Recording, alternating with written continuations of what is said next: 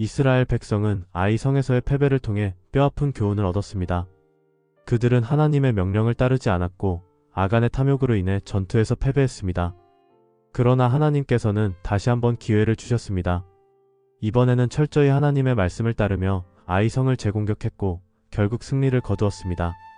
승리는 순종의 결과였습니다. 이스라엘은 하나님의 명령에 따라 전술을 세웠고 아이 성을 함락시켰습니다. 이 승리를 통해 가나안 중부를 장악하며 남부와 북부로 진격할 수 있는 교두보를 확보했습니다. 아이 성을 정복한 후 이스라엘 백성은 가나안 중심부에 위치한 에발산과 그리심산에서 하나님의 율법을 지킬 것을 서약했습니다. 그리심산에서는 순종의 축복이 선언되었고 에발산에서는 불순종의 저주가 선포되었습니다. 이 의식을 통해 백성들은 하나님의 말씀에 순종하는 것이 곧 축복으로 가는 길임을 다시금 깨닫게 되었습니다. 그러나 이스라엘이 여리고와 아이 성을 정복했다는 소식은 가나안 원주민들에게 큰 두려움을 불러일으켰습니다. 특히 기브온 족속은 살아남기 위해 속임수를 사용했습니다.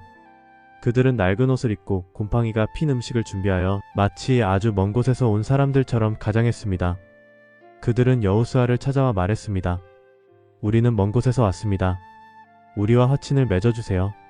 여호수아와 이스라엘 지도자들은 하나님께 묻지 않고 그들의 말만 듣고 화친 조약을 맺었습니다. 하지만 며칠 후 그들이 바로 가까운 지역에 사는 기브온 족속이었다는 사실이 밝혀졌습니다. 이스라엘 백성들은 분노했지만 하나님의 이름으로 맹세한 약속을 깨트릴 수 없었습니다. 결국 기브온 족속은 살아남을 수 있었지만 평생 이스라엘을 위해 종으로 섬기는 대가를 치르게 되었습니다. 하지만 문제는 여기서 끝나지 않았습니다. 기브온이 이스라엘과 화친했다는 소식을 들은 아모리 연합군이 기브온을 공격하기 위해 움직였습니다. 기브온 족속은 곧바로 여호수아에게 도움을 요청했습니다. 우리에게 맺은 언약을 기억해 주십시오. 어서 도와주십시오.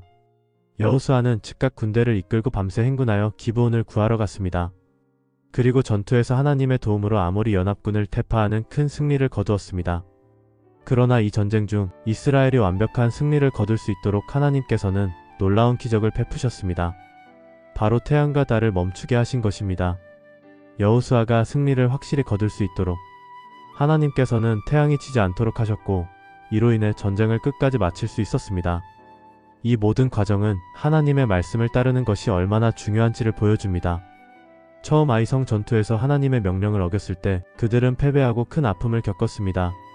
그러나 순종할 때 하나님께서는 가장 놀라운 방식으로 승리를 허락하셨습니다. 그리고 약속을 어기지 않는 것이 얼마나 중요한지도 보여주셨습니다. 이스라엘은 기브온 족속에게 속았지만 하나님의 이름으로 맹세한 약속을 끝까지 지켰습니다. 우리가 끝까지 하나님을 신뢰할 때 그분은 반드시 우리에게 승리를 주실 것입니다.